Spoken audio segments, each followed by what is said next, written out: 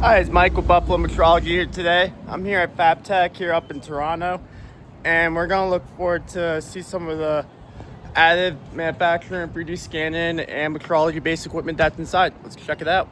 Okay, we're here at FABTECH up in Toronto. I got my directory guide with me, and let's kind of check out the show floor here.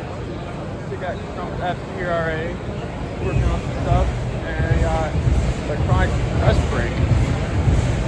Hi, it's Mike with Buffalo Metrology here, and I saw this really neat piece of equipment here with a lightsaber. Is that what that is? It is a lightsaber. It is a robot with a lightsaber, yep.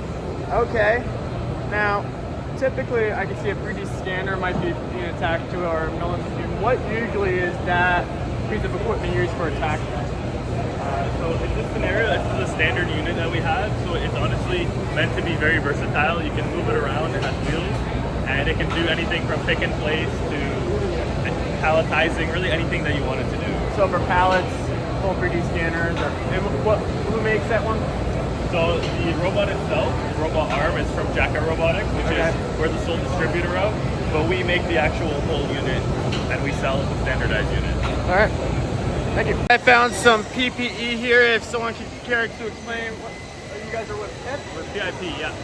Are these your PPE equipment here? Yep. Yep. So, what application are these PPE for the most part? You guys make these helmets? Yeah, exactly. So pretty much head-to-toe safety. Any application from general manufacturing, automotive, lumber, you name it, they can make it. Okay. And do you guys injection mold these? Do you guys 3D scan these helmets? How do you guys create these helmets?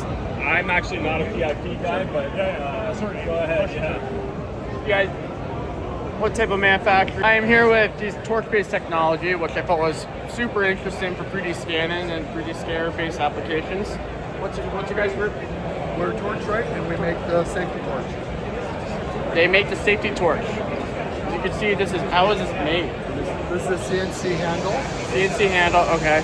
And it's tethered to our control enclosure.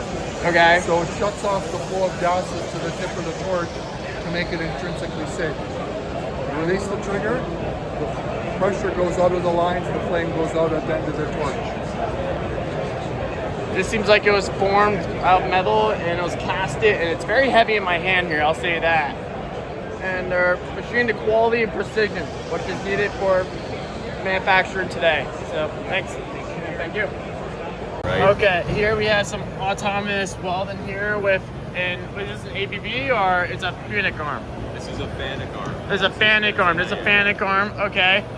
And this group here is, you guys are welding this together yourselves, Benjamin? Yes. Okay. Wow. Do you think this could be used for a 3D scanning application or maybe forming, machining? What do we think? So typically we only offer welding options on these arms. And essentially we offer a couple vision options as well. We're able to do some joint tracking on these components. It's mounted on the FANUC arm. I believe it reaches about 1.2 meters. We also offer the larger option, which is a 30IA arm, which is an approximate 2 meter reach. And is Lincoln Electric developing these assemblies, or are you guys developing the software only? So we do the software, and then also all of the feeder, the power source, the torch is all Lincoln. Thanks, Benjamin. Thank you so much. Buffalo Metrology here, and I have found, what's your name, Fernando? We are pollution control products. Pollution control products. Okay, what does this furnace do here? Can you explain? This furnace right here gets rid of burns off organic materials from metal parts, such as hooks, gears, hangers, engine blocks. They use this heat. We have 2 burners inside where it'll burn off the organic material. And you guys weld these all in place? Yeah. Yes, every oven comes with a rack where you can take it out and load your stuff and then put it back in.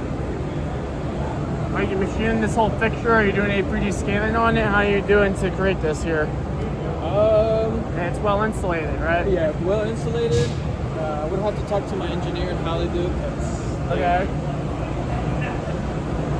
And what temperatures does this go up to, Fernando? Bottom burner goes up to 800 degrees Fahrenheit, and the top burner gets up to 1600 degrees Fahrenheit. So it gets really hot in there. All right. On the floor because it would potentially take someone's job is go from a manual process to an automated. Like at Buffalo Metrology here at the Faro Creaform booth. See one of our FABTECH systems here, just like we have with Buffalo Metrology. Looks like they're doing some 3D scanning here. There's a Creaform scanner right onto there. Looks like a front end of a truck actually.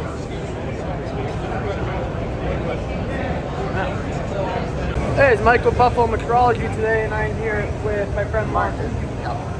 Martin was talking about these new cabinet designs I have not ever seen before yet, with double sets of ball bearings included for their cabinet rollers here. You can see they have 2 sets Martin has, and what was the load capacity you said, Martin? Well, this one is 56 kilograms per set. Okay. This one would be 116. And we have our other capacities up to about 2,000 pounds. Yep. I found an autonomous screwdriver machine here, or I found an autonomous Allen key machine here. Here at FABTECH in Toronto. Bill, what do we call this here? This is a collaborative robot, so it's safe for people to work around it in most applications. And it's a screwing or drilling robot, autonomous. With an Allen key. With an Allen key or any type of bit you can put in there. Wow. Thank you, Bill. All right.